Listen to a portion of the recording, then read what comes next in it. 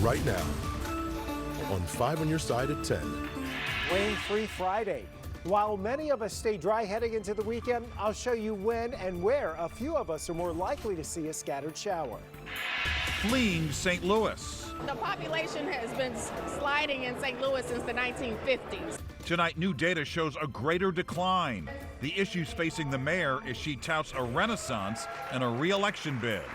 The mayor can make up all the stories, crime down, but every day somebody is dying in the city of St. Louis. And she's the first in her family to go to college. Now she's just hours away from graduating medical school. This new doctor's mission to help others. First tonight, our weather alert is over as the rain is moving out and St. Louis is drying out. Good evening, I'm Mike Bush. And I'm Kelly Jackson. Some showers may linger overnight. Chief Meteorologist Scott Connell's tracking those in the Weather First forecast. And most of them will end up being farther south and southeast of St. Louis as we head through the overnight hours, where the majority of the widespread rain has been this evening. A couple of waves of heavier showers and even some rumbles of thunder. You find those over southeast Missouri, southern portions of Illinois, closer to the Ohio River here as you exit out of Illinois and into Indiana. Still some lightning down that way, still some downpours, but closer to St. Louis, it's been much more scattered. For most of us, very limited rainfall amounts. We did get some spots just east of St. Louis, say over towards Freeburg, Illinois, about 0.4 of an inch there. You got a little bit of heavier rain right now, just south of Flora, back towards Xenia it went through. And here's a look at what those skies look like this evening. Jennifer Jordan sharing this with us on the 5 on Your Side Weather Watchers Facebook group. Yeah, the clouds looked a bit threatening. They were even kind of spinning a little bit, but the ingredients just not there for severe weather. So lower rain chances overall on Friday. It will be much more scattered. It is mainly dry this weekend, mainly. We'll show you where that opportunity for a shower or thunderstorm is on Saturday because there is an isolated storm chance. We'll time that out for you in a few minutes, Kelly. All right, Scott. New tonight, St. Louis Mayor Tashara Jones weighing in on a new report that finds the city is experiencing the worst population loss than any other city in the nation. Critics say crime and low-paying jobs are to blame. 5 on Your Side's Brent Solomon is live downtown after questioning the mayor. Brent? Well, Mike, I caught up with the mayor as she announced her plans to run for a second term. She says this problem is nothing new, but she does have a plan. Tonight, critics have questions. Mingling with supporters and exchanging hugs. She's doing a great job, I think. St. Louis's first black female mayor announced she's ready to serve a second term, touting wins she's claiming while leading the city. St. Louis experienced the lowest homicide rate in a decade and the largest year-over-year reduction in crime in 90 years. Try telling that to the city sheriff. The mayor can make up all the stories, crime down, but every day somebody is dying in the city of St. Louis. He says it's impacting his department. It's hard for me to hire sheriff deputies because nobody wants to work in the city of St. Louis. Salary base is poor. And people are even going places where they can be safer. This, as U.S. Census Bureau estimates, show the city lost some 4,400 people last year, the biggest population decline in the country. What are we doing to get people back to the city and keep them here? Well, the population has been sliding in St. Louis since the 1950s, so it didn't start under my administration or even previous administrations. But what we have to do is create opportunity for people to thrive here. She went on to tell me it can be done by investing in communities that have been historically neglected. I love everything about the city. Live in Shaw neighborhood, full supporter of the city, full supporter of the mayor. I can't trust her. I can't hold her accountable. The only thing I can hope for is a better option for my vote. And the last two people you just heard from have different reasons for their stances. The first one says the mayor was there for workers of a nursing home when it abruptly closed during the holidays. The second person says that the mayor failed to improve conditions at the city jail. Mayor Jones now working to get 1,200 signatures to get her name on the ballot. Back to you. Tonight, growing calls to end the violence in North St. Louis after a shooting leaves a 6-year-old in critical condition and another man dead. It happened late last night at a gas station in the Baden neighborhood on North Broadway.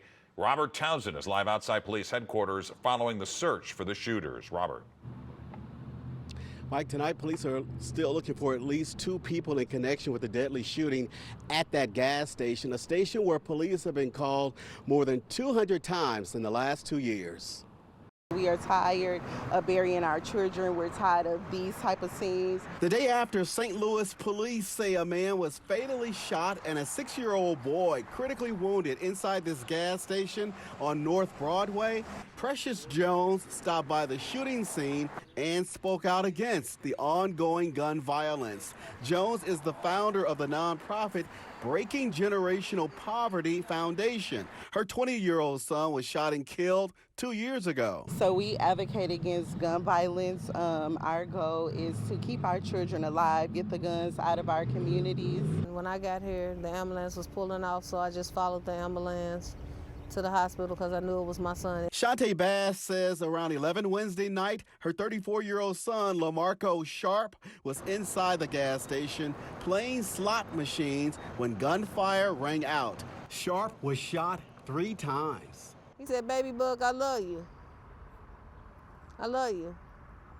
And I was like, "I love you, Marco." Hours later, the father of 4 died. I'm very upset and I'm very angry. Sharp's family says he had no relation to the 6-year-old who was shot while standing inside the business with his mom. Thursday afternoon, police went back to the area after people in 2 cars were shooting at each other. Meantime, 13 Ward Alderwoman Pam Boyd calls the gas station where the shootings happened a hot spot for crime and a neighborhood nuisance. Boyd wants it shut down, but the owner tells 5 on Your Side, quote, he wants to stay in business to serve his community, a community pulling for an innocent child caught in a hail of gunfire. I'm just praying for a miracle for him. The child is expected to survive. Tonight, police have not told us any new details. If you know anything about those gas station shootings, call St. Louis Police. Live downtown, Robert Townsend, 5 on Your Side. Tonight, members of the Little Flower Parish in Richmond Heights held a rosary rally in support of their priest. The elementary school is closing under the All Things New plan, and the congregation says the Archdiocese is forcing Father Larry Herzog to retire. He served the Archdiocese for nearly 45 years, the last 17 at this parish. If he's being forced out at 73, why are we told that there's a priest shortage when the Pope is 87?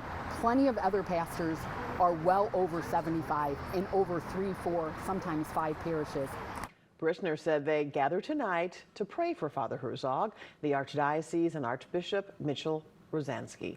And tonight, we've learned the Vatican has denied the appeals of 2 parishes set to close under the All Things New plan. They are St. Francis of Assisi in Lubring, that's in Franklin County, and St. Catherine of Alexandria and St. Genevieve. 7 other parishes with appeals are still waiting for a decision. Tonight, a group of St. Louis moms is headed back from Washington, D.C. They were back on Capitol Hill today, fighting for federal compensation for victims sickened by radioactive waste.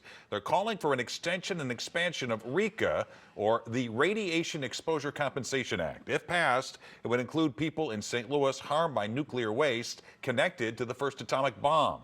The bill, which has bipartisan support, has been stalled on the U.S. House. They're calling on House Speaker Mike Johnson to bring it to the floor for a vote. When you have Cori Bush and Josh Hawley on the same side, fighting for the same thing for our Missourians, you need to listen. Do not let us go back to St. Louis without good news. RECA expires next month. Tonight, the St. Louis University School of Medicine honored one of their soon-to-be graduates. She has gone above and beyond for her school, her classmates, and the community. Laura Barczewski sat down with April Lewis, who was the first from her Jennings High School class to become a doctor. April Lewis grew up in Jennings in a single-parent household. Her dream of becoming a doctor stems from her mom Phyllis's pregnancy journey. She talked a lot about some of the mistrust that she had with some of the doctors, or how she was dismissed and how she felt like she wasn't heard or no one was really advocating for her. That ignited a fire in her to be the first in her family to go to college and become an OBGYN so that no one would ever have to go through the pain that her mom did. The ultimate goal was to be able to, advocate for women, and just be able to deliver some beautiful babies and have wonderful birthing experiences for everyone that are memorable. Like, that's important. April went on to graduate from Spelman College in Atlanta and was led back home to med school at St. Louis University, where she had the chance to be on the other side of the hospital bed as a volunteer doula. You got to see then how the nurses and the doctors interacted with the doulas and the pharmacists, and that was really good to see that multidisciplinary approach. And I think that is going to help bridge like that disparity. Like, we make a more welcoming, holistic experience for the patient. The School of Medicine honored April with 3 awards, recognizing all of her hard work and dedication just ahead of graduation, where she'll add the title doctor before her name. We're just incredibly proud and grateful, and the community honestly is very lucky that we're getting to keep her here to continue to provide that care. Her family and high school sweetheart Deshaun Caver have been with her every step of the way. Seeing that it's possible to come from where we come from and be very impactful in our community is one of the things that should be shined upon. April will soon start her residency at Barnes Jewish Hospital. To the little girls, I would say no dream is too big. Reporting in St. Louis, Laura Barczewski, 5 on your side. And tomorrow, April will receive her doctorate hood and officially gets her diploma on Saturday. A growing crisis in our schools. A rise in student fights, leaving some teachers traumatized. I remember that my hands were just numb and my feet were numb. Tonight, one injured teacher says she's now facing a bigger battle. It's just horrible. We've had to fight for every treatment that she's gotten. Tonight, the I-Team looks into what's behind the troubling trend. The weekend's almost here and the weather pattern settles a bit, but for how long? We're already looking toward Memorial Day weekend.